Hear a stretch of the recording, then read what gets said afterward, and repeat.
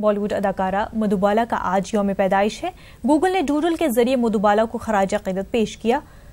मधुबाला राजधानी दिल्ली में 14 फरवरी 1933 को पैदा हुए। मधुबाला का असली नाम मुमताज बेगम था। मधुबाला के फिल्मी करियर का आगाज 1942 में बतौर चाइल्ड आर्टिस्ट बेबी मुमताज के नाम से फिल्म बसंत से हुआ था। बॉलीवुड अदाकार दिलीप कुमार और मधुबाला की जोड़ी को काफी पसंद किया जाता था। मधुबाला के बाप अताउल्लाह खान रसाकशी रिक्शा चलाया करते थे।